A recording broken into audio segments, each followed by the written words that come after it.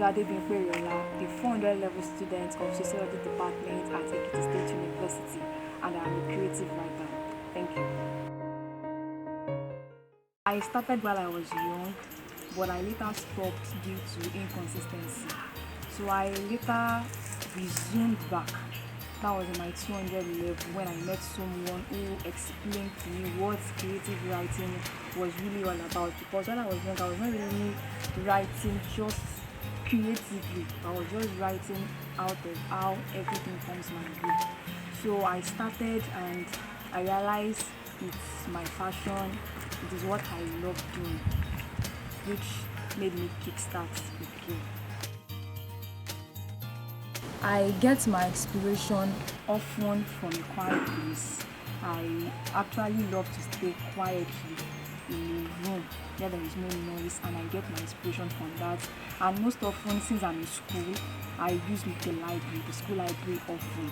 I go there, and because of the environment, the structure of the environment, it gets me more inspired even to write. And I also make use of songs by plugging in my earpiece to my phone, and with that I get much inspiration. My first challenge was lack of mentorship. While I was young, there was no one around to put me through, so I got it difficult even to continue writing. As at then, I just felt it was like a freestyle, something I could just do on my own, just writing, let me just write. Even though there was nothing that was really catching my attention then, but I just felt, let me just write, just for writing's sake as at then. But when I later got to realize that in life you need a proper mentorship so that you can even be consistent with whatever you're doing. So because of lack of mentorship then, and my parents were not really in support of it when I was young, so I had to stop it. And when I got to 200 level, that was in my school, I met somebody that was in my fellowship, and he really helped me by giving me some books to read. So I realized that then my challenge then was inconsistency. I was not really consistent because I was not used to it. So as Tracy would say, that perfect practice makes perfect. So I consistently write, and I realized with them I could get the positive results. My first mentor, which is still the one who has really helped me in my creative writing, is Mark. Mark has really helped me a lot. I remember when I was in 200 level, when I was still battling the purpose, I didn't know where I was really going. So I met him, and we were also in the same department, though different levels. So he put me through and gave me some books, he helped me, and he really monitored my progress. So through that, I was able to meet some writers, some authors as well, such as Brian Tracy. Brian Tracy's book was the first book I knew that really got my attention. And the title of the book is The Power of Self-Confidence. So my personality deals with people who are very quiet, they don't talk, they love to stay on their own, they don't love to maybe interfere in other people's business, just to be on their own basically. But I realized what I was doing won't help me.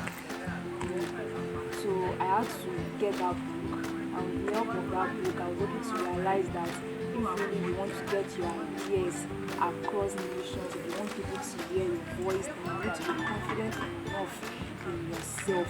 So in the book, he talked about how you have to be self-confident in yourself, that we have so many ideas inside of us that we want to pass across to nations, we want to pass across to our generations, we want to pass across to various kind of people around us, and we really want to make impact. But the major reason why we are being limited is because we don't have confidence in ourselves. So in that book, I was able to gain confidence in myself, and I realized often due to that book, I can stay on my own, even in my room, and I just be imagining that I'm talking to a very large crowd, and I'll be giving them just a speech even without seeing anybody. But I realized with that I could get myself confident enough even to face a quite number of people and even to make my ideas passed across to people positively. In the process of me writing, there are some things I do. Now, when I read a book or whenever I read books, I have a jotting material that I jot down everything I get from that book. So there are times maybe you might be walking. I can be maybe just walking in the street and I might get some inspiration. I can just go into my notepad on my phone and write something down. Now when I want to write, I bring those ideas together. Everything, be it from anywhere, be it from the word of God, be it from even the words people around me say, be it from the lessons I get from the movies I watch, or anything that gets my attention. Everywhere I am, because it is written already. That's why there is an adage that says a faint ink is sharper than the sharpest blade. So I write them down and I bring them together, and whenever I see something similar to what I want to write about, I put them into writing and I creatively form them. And before you know it, it's already a piece. I see myself going to different countries, inspiring youth about what they want to do at the right time, in the right season, not wasting their youthful age. Everybody communicates, but few connect, by John Maxwell. The Power of Self-Confidence and No Excuse by Brian Tracy. One piece of advice I would give to someone starting and writing is consistency. The basic progress of everything you do in life is consistency. So no matter the amount of skills you have, no matter the amount of knowledge and ideas you have, if you fail to be consistent, then there is no level of progress you can achieve.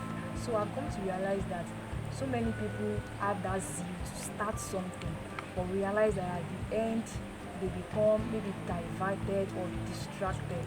So one piece of advice I would give is for you to be consistent, no matter how people, even though people are not listening to what you are saying now, maybe you don't have a large crowd coming to be listening to what you are doing, or people, or maybe people are not yet, advertising your writing. It is not the end of it. Just writing, be consistent with it. I'll write a book. It would be about how youth can maximize this time they have now.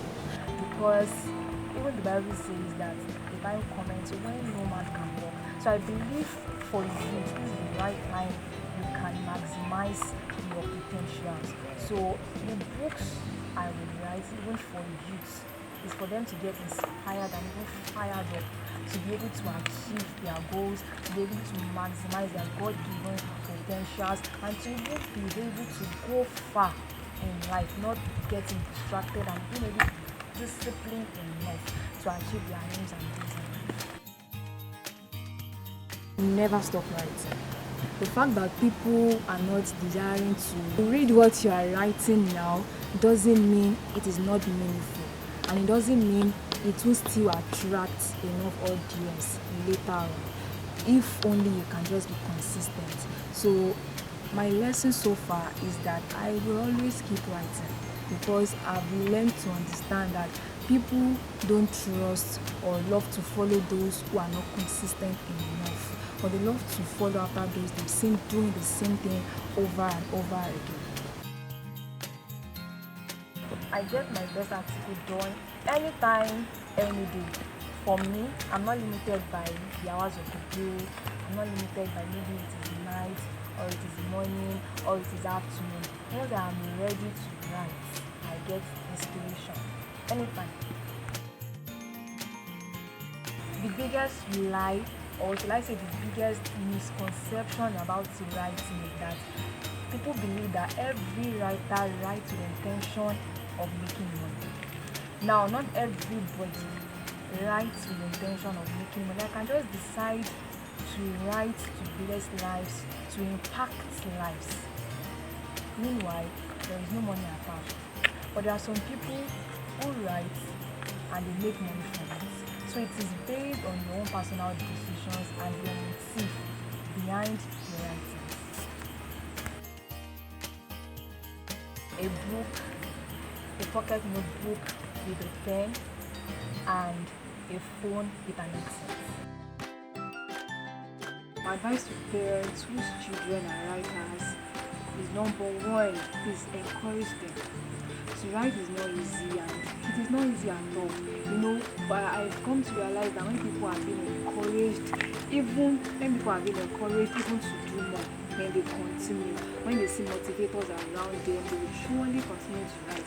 But if their parents, most especially, are not motivating them, it can serve as a limitation. So parents should please encourage their children that they have noticed that are into writing. And also number two, when you notice your child or your children are into writing, develop it. Maybe through getting books for them that can lead them through, getting them a proper mentorship, or even make sure that they keep on writing consistently. So ensure that they are growing, ensure that they are not just on the spot. They are not on the spot. Make sure they keep on growing. Their growth should be your priority. And number three, don't give up on them. The fact that writing does not bring you money at the first instance. And if you want to write, you shouldn't just come up with the act of making money from it. It's your service to men should be your first priority. You making impact even through your writing should be your first priority, and through that you might get money from it. So for parents who maybe think their children are into writing, the next thing is for them to be making money from it, is they should please don't give up on their children. So they may not be bright, that does not mean they will still not make money from it. It's just gradual, it's a gradual process, and by the time they start making money from it, they will also enjoy it. If you have further questions to ask, you can connect to me via my social media platform on Facebook at @packagedby. I also have a page at Sage Highlights, on Instagram at Sage Highlights, on Twitter at @packagedby, on LinkedIn also at @packagedby, and my Gmail account.